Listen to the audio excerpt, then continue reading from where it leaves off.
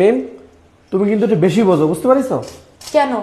তোমার আমি বারবার করে বললাম এই মাছটা, বড় মাছটা বাজার থেকে কেটে আনি, তাইলে তোমার কি এত কষ্ট করা লাগবে? তুমি কি বললা না বাসায় গিয়ে আমি কাটবো? বাজারে এই মাছটা কাটতে 40 টাকা চাইছে। আমার বাসায় বটি আছে, আমি 40 টাকা মানুষকে দেবো কেন? ওই টাকা তো দান করলে সোয়াব হবে। মাসালার ফাও কেন দিবা?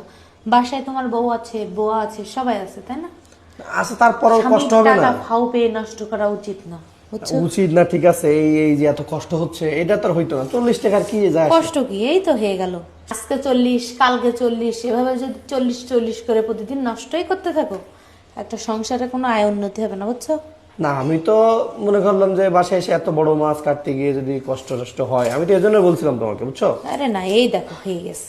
দেখ, আমার সংসারের সব কাজ আমিই করব। কেন ফাও টাকা নষ্ট করবো বলো?